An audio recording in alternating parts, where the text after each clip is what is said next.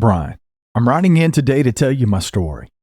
Not really a story, though, seeing as how it really happened.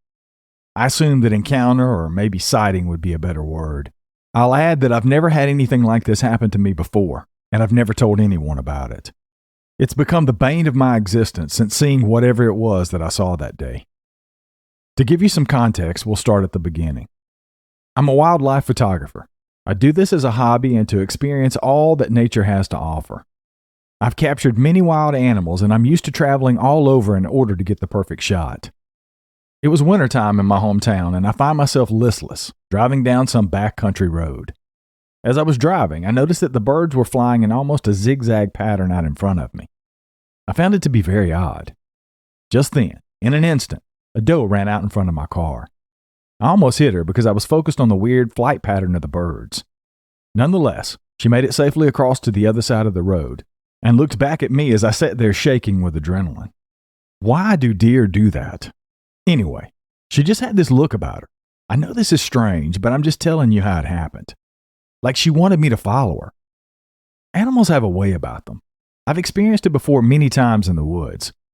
I decided it wouldn't hurt. The backdrop of the woods would make for a great photo with the sparse trees and snow on the ground. I pulled off on the side of the road and gathered my gear. I almost lost sight of her, but then I saw one last glimpse of her flicking her tail right before she went into the woodline just ahead of me. I followed from a ways back.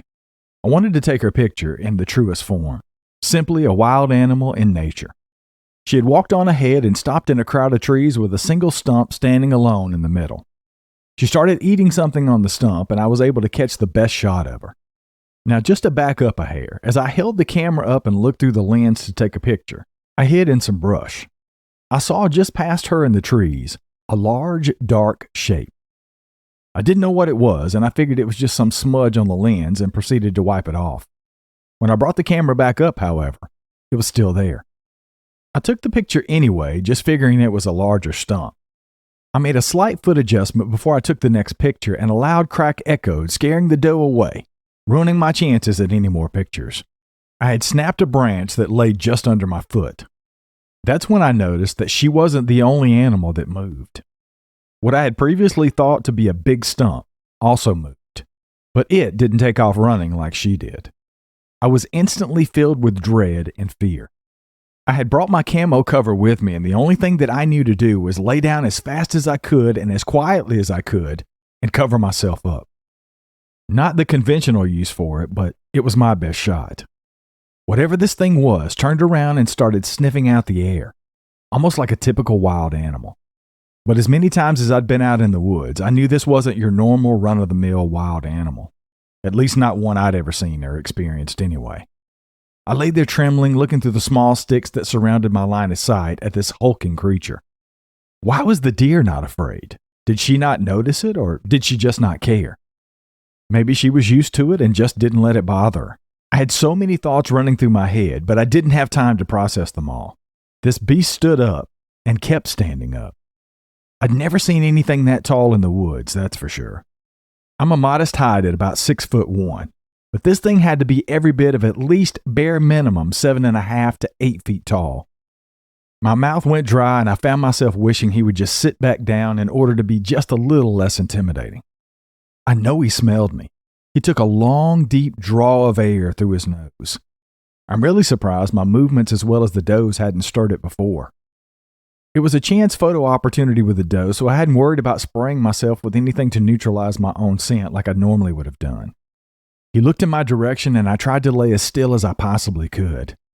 Eyes searched for movement, and if he didn't already know where I was by smelling me, I didn't want him to see a quiver of the cover that I'd haphazardly laid over top of me. The only thing that I can compare him to would be a gorilla, but we had none of those in our woods. His face, though, wasn't quite like a gorilla, despite the other gorilla-like features.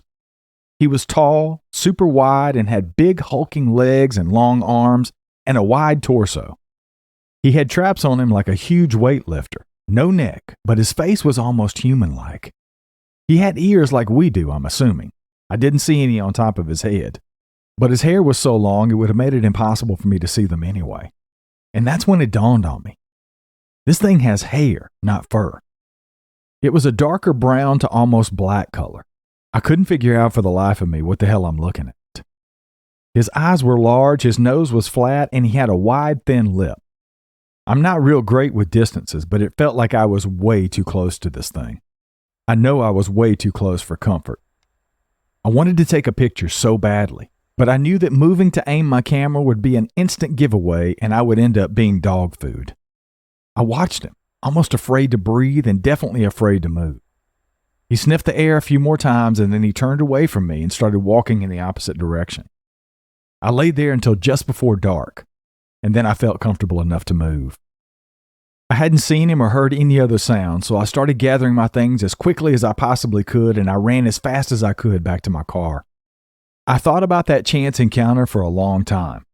I also thought about giving up wildlife photography altogether, seeing as how I looked out that day, and I knew I never wanted to see one of those things again. But I love what I do, and it wasn't an option for me no matter how afraid I was. Every time after that, though, that I went into the woods, I always looked for this creature, hoping not to find it. And luckily so far, I've had a 100% success rate and haven't seen anything like that since that day. I had overheard the chatter in my town about possible Bigfoot sightings, but always dismissed them thinking that there wasn't a creature that existed like that. I always said to myself that I've been out into the woods 1,000 times and I'd never seen anything like that. Until the day that I did. I wish now that I'd listened more closely to those stories. Luckily, I ran across your podcast and I've been listening ever since. I like your style and how you listen to people. You're not judgmental and you pay attention. I felt more comfortable sending this encounter or sighting to you knowing that it wouldn't be scoffed at. That's why I haven't bothered telling anyone else. I knew they wouldn't believe me anyway. I know this encounter isn't too long or way out there, but it's mine nonetheless. I appreciate you, man. Ricky.